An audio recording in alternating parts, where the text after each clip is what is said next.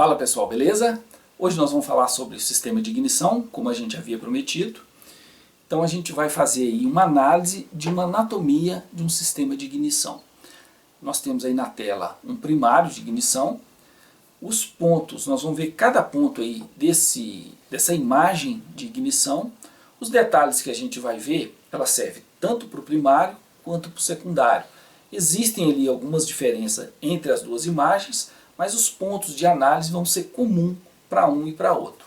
Então a gente pode aplicar esses detalhes tanto no primário quanto no secundário, até porque um é imagem do outro, um é espelho do outro. Então tudo que acontecer no primário vai acontecer no secundário. Se o tempo de queima deu de 1 milissegundo no primário, no secundário também vai ser 1 milissegundo. Vai ser igual nos dois. O que estiver acontecendo em um vai acontecer no outro também. Então vamos lá. A gente tem então aqui uma imagem de um primário, de uma ignição boa, que está trabalhando bem. E a gente tem, ó, desse ponto até esse ponto aqui, uma linha reta. E essa ignição, nesse ponto aqui, tá, nossa linha amarela aqui, né? A bobina de ignição ela está em repouso, esperando ali o carregamento que vai ser enviado pela central de injeção ou pelo módulo de ignição para carregar essa bobina, e ela está ali enviando a centelha para dentro lá da câmara de combustão, para a vela para dentro da câmara de combustão. Então aí, nesse ponto, a bobina de ignição ela está em repouso, aguardando ali o carregamento. A bobina de ignição ela tem um positivo em cima dela. Assim que ela recebe um negativo, ela vai carregar. A hora que esse negativo sair, ele vai ter o disparo da ignição. Esse negativo pode vir tanto da central de injeção quanto de um módulo de ignição que pode estar até incorporado junto da bobina de ignição. Mas o miolo ali, a bobina de ignição em si, ela vai receber um positivo e vai receber um negativo também para ela carregar. Então nesse ponto a bobina está em repouso. Exatamente nesse ponto ela vai receber ali, ela recebe ali o negativo para fazer o carregamento, né? Nesse carregamento ele vai durar até o momento ali do disparo da centelha lá dentro da câmara de combustão. Então desse ponto até esse ponto é o tempo de carga, é o tempo de carregamento da bobina de ignição. É o tempo que ela está ali recebendo o negativo, carregando essa bobina, ela consumindo corrente, ela carregando, juntando força para disparar ali a centelha, né, enviar a centelha para chegar até na vela. Passou o tempo de carregamento, vai vir o tempo de disparo, vai vir, ou melhor, o disparo, né, que é esse ponto que vai daqui até em cima, essa linha reta, né, ela sobe direto ali. Então esse aqui é o disparo da centelha, é a força, né, da fagulha pular de um ponto a outro ali dos eletrodos da vela. Então você tem o eletrodo central, o eletrodo lateral, é a força que ela faz para romper esse arco, para atravessar esse arco, esse disparo. Esse disparo ele está muito relacionado a alguns fatores. O primeiro fator ali é a compressão do motor. Então quanto maior a compressão, mais a dificuldade que a centelha vai ter para pular de um lado para o outro do arco. Então quanto maior a compressão, mais alto vai ser esse pico de disparo. Por outro lado, quanto menor a compressão, menor também será esse disparo aqui do arco, né, o disparo da ignição. Então ele está diretamente proporcional, vai ser diretamente proporcional à condição de compressão dentro do motor. Outro fator que vai influenciar, ou outros fatores, é cabo de ignição e a própria vela. Um cabo de ignição gasto, um cabo de ignição já cansado, ela vai ter mais dificuldade para percorrer ali aquele cabo, então esse disparo também tende a subir, ele vai subir. Se eu tenho uma vela que está gasta, com o gap mais aberto, uma vela que está já com desgaste, vai subir também a tensão de disparo, o disparo vai ser mais alto. Por outro lado, se tiver uma vela com gap regulado errado, mais fechada, essa tensão de disparo vai diminuir. Passou a tensão de disparo, vai vir o momento da queima, que é esse período que a gente tem desse ponto até esse ponto. Aqui é o momento em que a centelha fica ali na ponta da vela fazendo a queima do combustível. Então a gente chama de tempo de queima. Então é o tempo que ela faz ali a queima do combustível. Esse tempo ele está muito relacionado também à tensão de disparo. A tensão de disparo, tem mais um detalhe nela aqui, que eu não comentei, vou voltar aqui para a gente comentar, que é o seguinte. Ela tem esses detalhes que a gente falou, né, de quanto maior a tensão, mais dificuldade para romper esse arco. Agora um detalhe interessante é que nem todo osciloscópio tem a capacidade de pegar essa tensão com precisão, com qualidade. Então, por exemplo, quando a gente pega essa tensão aí no Rantek, a gente vê que isso aqui fica oscilando muito, subindo e descendo. Não é que essa tensão fica subindo e descendo com essa intensidade, é porque a varredura ali do Rantek, ela não consegue acompanhar a velocidade do sinal. Então, às vezes ela pega ela um pouco mais alta, às vezes pega ela um pouco mais baixa. Isso não vai me atrapalhar na análise. Por quê? Primeiro, que ela fica oscilando ali, mas ela tem um espaço que ela trabalha, né? Então eu consigo mais ou menos visualizar onde ela está trabalhando. E um outro detalhe é que alguns itens para frente, que nós vamos ver agora, também vai estar relacionado com isso aí, vai andar junto com essa tensão de disparo. E uma delas é aqui a própria queima, né? Então eu tenho aqui o tempo de queima. Esse tempo de queima, quanto maior for a tensão aqui, maior também será a tensão dessa queima. Então essa queima ela tem o tempo e ela tem a intensidade dela. Ela pode ser mais alta ou pode ser mais baixa.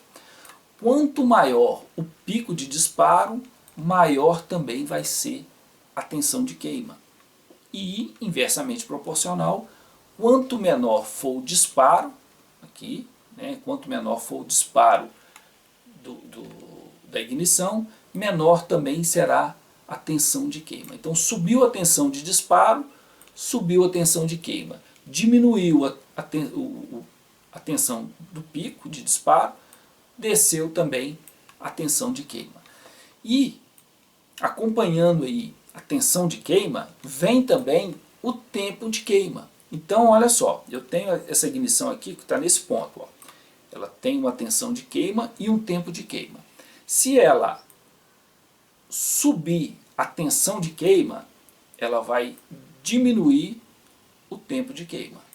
Por outro lado, se ela diminuir a tensão de queima, ela vai aumentar o tempo de queima. Então, os três ali, o pico de tensão, tensão de queima e o tempo de queima, os três ali estão caminhando juntos, proporcionais ali, um com o outro, inversamente proporcional o tempo com a tensão, né? Que subiu a tensão, diminuiu o tempo, então ele está inversamente proporcional, e a tensão de queima está proporcional com o pico de tensão de disparo. Isso a gente vai ver na prática aí, alguns exemplos aí, para a gente entender bem como que funciona isso aí. Mas é como se eu tivesse ali uma quantidade de energia, né, acumulada. É o que existe, né, dentro da bobina, uma quantidade de energia acumulada. A hora que ela joga essa energia, se ela gastou mais no disparo, ela vai ter menos para gastar durante o tempo. Ok? Então é por isso ele é inversamente proporcional. E para finalizar, nós temos aqui nesse espaço aqui, essas ondinhas, que é o residual da bobina. O que vem a ser o residual da bobina? A bobina, ela faz todo esse trabalho de romper o arco, queimar, né? E depois dela fazer todo esse trabalho, ela sobrou energia. Então essas ondinhas aqui é o que sobrou dela de energia. Se ela faz todo esse trabalho no limite, ela já não está boa. Então ela tem que fazer tudo isso e tem que sobrar. Então esse residual, essas ondinhas que tem aqui, está significando que essa bobina está em boa condição, ela está exercendo ali o seu trabalho e está sobrando ainda energia para ela. Isso não é tudo sobre a bobina, ela pode ter outros problemas, mas o fato dela oferecer ali a energia suficiente e sobrar é um fator relevante e é um indicativo aí da boa qualidade da bobina. Nós vamos seguir para frente agora, pegando alguns exemplos aí de ignição para a gente fazer aí análise.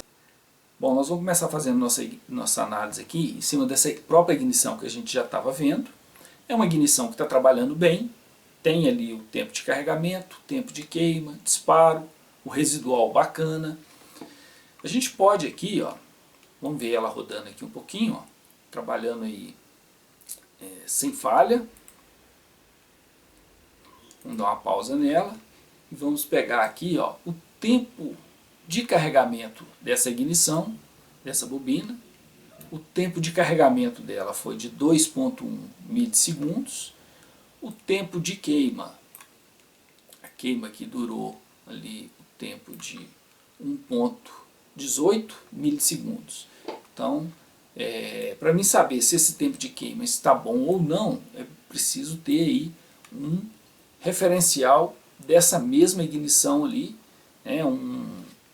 uma ignição de referência do carro, do mesmo carro, para mim saber se esse tempo está legal ou não. Porque o tempo de um carro não é igual ao tempo de outro. Então, o que pode ser bom para 1,18 milissegundos, pode ser bom para esse carro, mas pode ser ruim para outro. Então, eu não posso fazer uma análise de um carro em cima de outro. Os tempos são diferentes. Eu vou ver a ignição aí que dura 2, 2,5, quase 3 milissegundos. E tem uma ignição aqui com 1 milissegundo.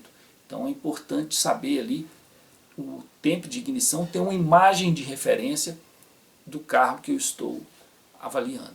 Então essa aqui é uma ignição boa. Vamos ver aqui alguns exemplos aí de ignições com falha. Nós vamos pegar primeiro essa aqui, ó.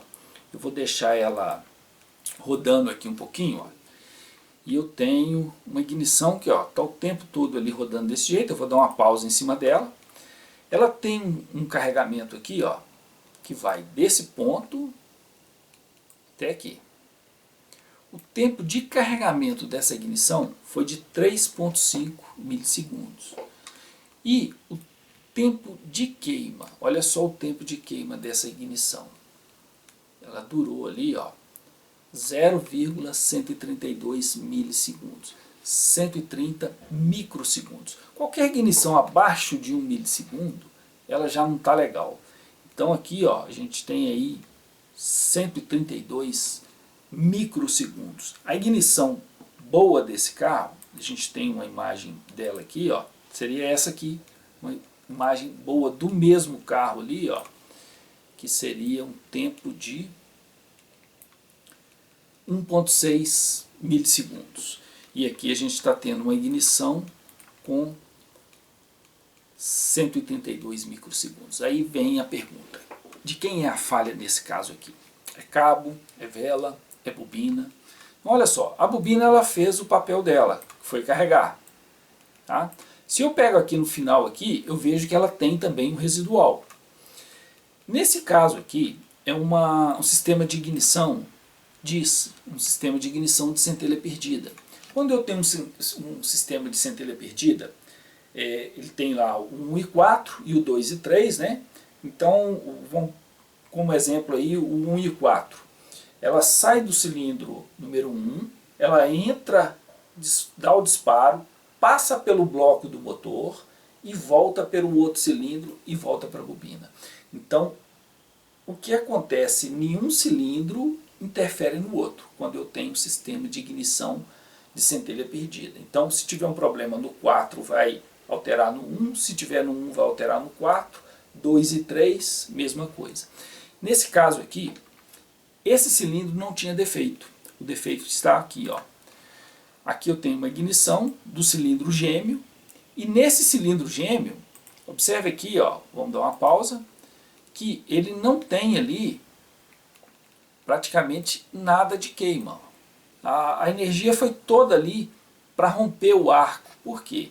Aqui um cabo de vela rompido e não tinha tensão de queima. Você vê que a tensão foi lá em cima e não ficou tempo de queima. Então um cilindro que estava falhando, que não estava trabalhando, não estava tendo queima nesse cilindro. E acaba que tem um cilindro sem trabalhar e influenciando aí nenhum outro cilindro trabalhando mal. Então acaba que uma ignição, um cabo de vela ruim provocou defeito em 2 cilindros. Isso porque o sistema de ignição é um sistema de centelha perdida, né? Que acaba influenciando nos 2 cilindros. Vamos pegar aqui um outro exemplo aí de defeito, de falha. Aqui nós temos uma ignição na parte de cima aqui e uma mesma ignição no mesmo carro. Nesse caso aqui, observa que na ignição de baixo eu tenho um pico de disparo bem menor, uma tensão de queima menor e um tempo de queima maior. Nesse caso aqui não existia problema de ignição, e sim um problema de compressão de cilindro. Então essa ignição de cima aqui trabalhando correta, num cilindro correto, e essa ignição de baixo, o cilindro sem compressão. Como ela não tem compressão, ela venceu o arco com mais facilidade, sobrou energia e ela durou mais tempo queimando.